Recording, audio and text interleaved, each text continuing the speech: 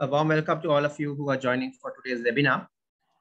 So today we are going to discuss about the telecommunications sector and look at the counters that are listed under this sector. So to start with, let me give you some background information about the telecommunications sector in Sri Lanka. There are about 5 telecommunication service providers in the country, of which only the 2 largest companies, namely SLT Mobitel and Dialog Axiata, are the only listed companies. The telco sector is the 7th largest sector in terms of market capitalization. It has a market cap of around 159 billion, and it represents about 3.4% of the total market. Over the last 5 years, earnings of the telecommunications sector have grown at a compounded annual growth rate of 17.4%. Last year in particular, FY 2020, earnings of the telecommunications sector have grown by 16.6%. Let me now look at the sector outlook. So if you look at the telecommunications sector, data-allied services are expected to grow exponentially in the future as the world is gearing up for a future of digitalization, especially after the COVID-19 pandemic.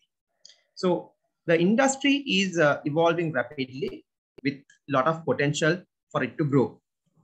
Over the last 5 years, if you look at the number of internet connections, the internet connections have grown at a compounded annual growth rate of 33.8%, which is a very good growth rate. And if you look at the earnings also have grown, as I discussed before, at a CAGR of 17.4%. But however, if you look at the fundamental valuations of this sector, the sector is grossly undervalued. It's trading at a price earnings ratio of around 6.46 times, whereas the overall market is trading at a price earning ratio of around 13.4. So this is like half of that. And the price to book value of the telecommunications sector is only 0.93 below its NAV, whereas the market is trading at 1.5. So compared to the overall market, this sector is grossly undervalued despite its strong earnings potential. Okay, so having said that, now I will focus on the 2 companies that are listed in the sector. Looking at Dialog Axiata. So all of you all know about Dialog, but let me put in some statistics that makes it more interesting. You all know that Dialog is the industry leader in the mobile telecommunication industry with 16.2 million subscribers. In addition to the mobile telecommunication sector, they also have a strong presence in other areas, including broadband, pay TV, and telecommunication infrastructure.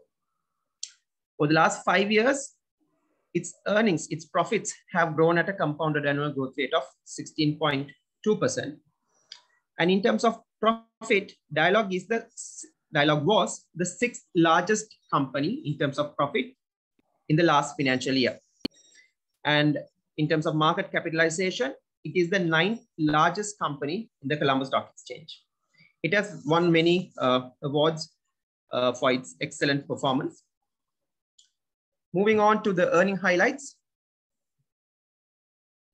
For FY 2020, the company reported a profit of 12 billion.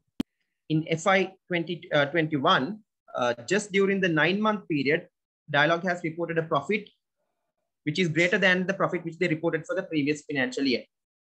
We forecast their profits to grow by around 35% in 2021 to reach 16.2 billion. And based on our forecasted earnings, the share is currently trading at a forward PE of 6.57 times. And based on FY 22 earnings, it's trading at a forward PE of 4.96 times. If you look at the net margins, in 2018, it was 6.8%, and it has consistently grown over the last 3 years to reach 10% by 2020. And we forecast it to reach around 12.4% in FY 22. Based on forecasted earnings, it's trading at a forward price to book value of 1.03, again, which is at a discount to the overall market.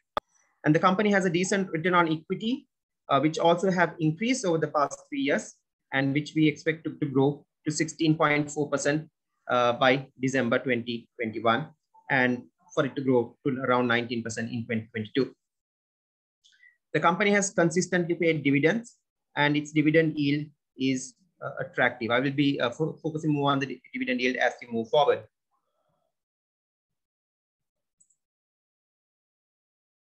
Now, Dialog has continued to maintain its leadership in the industry and deliver high returns. If you look at its subscriber base, the subscriber base over the last 5 years has consistently grown. I said it is 16.3 million in 2020. So it has started from around 11.8 billion in 2026 and grown year on year. On a compounded annual growth rate, its subscriber base have grown at 8.4%, whereas in the last financial year, there has been a strong growth of 9.4% compared to 2019. Looking at the dividend policy, historically, the company paid out about 35% of its earnings as dividends between 2016 and 2017. And it increased its dividend payout policy to 40% between 2018 and 2019. And starting from year 2020, the company's policy is to pay a minimum of 50% of its distributable profits by way of dividends. So based on our forecasted earnings, a 50% payout would yield a return of a dividend yield of 7.6% in 2021 and 10.1% in 2022. So we cite this as a reason to invest in this counter, as it would give one of the highest yields among listed companies in the Colombo Stock Exchange. Taking a look at the valuation side of it, the share has traded at an average price earning ratio of 9.56% over the last 3 years, and at an average price to book value multiple of 1.27%. So we have used a blended valuation approach based on FY22 earnings, using the average PE multiple and the average price to book value multiple. And that gives us a forward valuation of a forward blended valuation of 17 rupees. And compared to the current market price of 11.30, there's an upside potential of 50%. During the 52-week period, it had reached a low of 10.60 and a high of 13 rupees and 30 cents. So the share is currently around 11.30 while earnings have grown. So even 11.30 to the 52-week high would give a very decent return to anyone who is investing in this company. Just to touch upon the trailing 12 months PE ratio. Trailing 12 months PE ratio when the share was around 11 rupees was at 8.12. And currently the share is approximately around 11.30. The trailing 12 month PE is at 5.85. So you see that the share price has not actually come down. Share price has marginally improved. However, the 4-quarter trailing or the trailing 12 months PE have declined mainly because of improved earnings. So Dialog, as you could see, it's grossly undervalued compared to other counters as well as the overall market.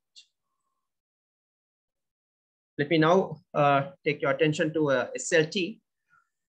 SLT has about 3.05 million fixed line subscribers and 7.9 million mobile subscribers, which makes them the second largest telecommunication provider in the country. Its profits have grown at a compounded annual growth rate of 16.2% over the last 5 years. And it is ranked as the 10th largest company in 2021 in terms of its earnings. So out of the 200 companies, SLT is the 10th largest in terms of earnings. If I focus on the earnings side of it, during 2020, the company have reported a profit of 7.8 billion. As you could see, that profits have consistently grown year on year. Between 2018 and 2019, there was a 28% growth. Between 2019 and 2020, there was a 25% growth. And during the first 9 months of 2021, the company have reported very good results. And we forecast their profits to reach around 11.3 billion for the full year, which translates into a 43% year-on-year growth. While in 2022, we expect their profits to reach around 13.6 billion. It's trading at a forward PE of 5.83 and 4.82 in 2022. Trading well below its net assets value at a PBV multiple of 0.7 and 0.6. Return on equity have improved consistently, but however, compared to Dialog, its ROE is lesser, but yet attractive. SLT is also a good dividend-paying company, have consistently paid dividends, and we expect their dividend to yield around 5.9% in 2021 and 7.1% in 2022. The company have consistently improved their net margin. If you look at this graph, from 2015, the margin was only 5.5%, and it has gradually improved. And by 2020, they reported a net margin of 8.6%. This margin improvement is mainly achieved by way of improved operational efficiencies through cost management strategies. And they have also invested in more modern, latest telecommunication technologies, which have made the operations more efficient. And SLT also have penetrated into high premium services, which have improved their margins. So we expect their margins to grow in the next 2 years. The company has maintained an average dividend payout ratio of around 34%. So based on FY22 forecasted earnings, it would yield a dividend yield of 7.1% in FY 2022. So 7.1 is amongst one of the highest dividends in the Colombo Stock Exchange. Using the same valuation method, we looked at the past 3 years average PE ratio, which worked out to 8.4%, and last 3 years average price to book value multiple, which worked out to 0.68%. So using this blended valuation, targeting FY22 earnings, it gives a blended valuation of 46 rupees and 40 cents. Compared to the current market price of 36.5, there's an upside potential of 27%. So the fair value is much higher compared to the current market price. During the 52-week period, it had reached a high of 42.90, while the share is now at 36.50. And if you look at the earnings have consistently grown. The trailing 12-month PE, which reached 9.73% during early January 2021, is now at 6.39%, whereas earnings have continued to grow. So in summary, what I would say is that the telecommunication sector has a lot of potential as the world is gearing up for a future of digitalization. E-commerce is becoming more and more popular. Even if COVID-19 pandemic gets less intense, I think the world have changed. The world will not go back to pre-pandemic conditions. People will tend to change their work styles. Students will continue to learn from internet. So the demand for data-allied services would continue to be high in the future. So conditions of the telecommunication sector is quite conducive for medium to long-term investors. And we believe that both these counters would give a decent return in the medium to long term. So with that, I would hand over to Salia to give you all a more updates, more insight in terms of its technical perspective. Salia, over to you. Thank you, Charitha. Let's move on to the price action on Dialog. As far as the daily chart is concerned, Charitha highlighted the 2% low and the high, which is at 1060, and a high was at 1130. We consider that as a very strong resistance at one point, and we can see that there is a breakout above that 1130 and trying to retest that area. So hopefully the prices could be trending within 1120 to 1140 area for in the short term, and any breakout above that level will move into this next resistance zone between 1150 and 12 rupees. And incidentally, this counter had moved in a very narrow ranges, and as we can see, the range between 1160 and 1130 had been there for a while now. You can see that it had been a range more or less starting from this breakdown up to this level, which is about 59 market days. And thereafter, there is some element of interest getting created right now, which may pierce through this present resistance zone into 1150 and 12 rupees and make the reaccumulation happening at that point. And based on that price action, we would be able to understand whether there is going to be a very strong move above 12 rupees because 12 rupees is considered as a very strong psychological area for this counter. Anything above 12 rupees, we may see a breakout of into a test 1230 to 1270 and eventually up to the Jan highs or the June highs of 1330. So that's basically is a short-term expectations into Dialog.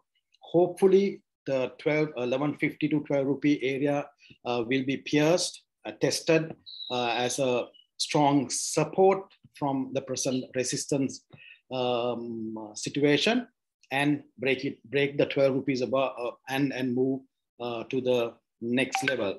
So that's the best case scenario for Dialog to happen in the short term. Moving on to the other count, SLT. SLT is pretty interesting compared to Dialog for the simple fact that this is an illiquid counter and it's trading in the second board. As a result of that, just like many other illiquid counters, at any given moment when there is a strong rally, when there's a breakout, it turns into a strong rally. And we can see that development took place when it came down to 32 rupees in September and impulsively extending up to 39.20 in a matter of about 8 days. So in the short term, it has moved from a low of 32 rupees to this high, giving you a return of 22% in a matter of less than 10 days.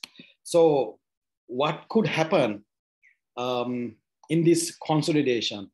After testing this 39.20, we can see that it has moved into a support level of 35 rupees here. And I think here also it had tested 35 rupees. So it's going sideways within this period of time after testing that 39.20. And this from here, we can see that it is consolidating for 49 market days. So when this counter, just like the Dialog, moving into a consolidation, it takes a pretty long period. That's why a lot of interest is not drawn into counters like the telecom counters. But any breakout above this resistance line connecting this 39.20 and the present high of 37.60, we could expect it to rally towards 39.20 and break above this resistance level, which is plotted by using this support line here. That is around 40 rupees and 30 cents. Any breakout above that could move into a development like what we saw here, where it could turn into an impulsive move, giving a very short term, a decent profit margins. And any breakout above this will test these resistance lines right up to a resistance of 49.50 based on the present waves that we have analyzed. And there again, as I mentioned, since this is an illiquid counter, any kind of a rally with a strong support with the contribution of fair volume could take it up to test this 49.50 in the very short period. So that's basically what we are expecting for Dialog and SLT as far as their price action is concerned. Thank you very much. Thank you, Salia. If there are any questions, you can send us in the chat line. We would like to take any questions.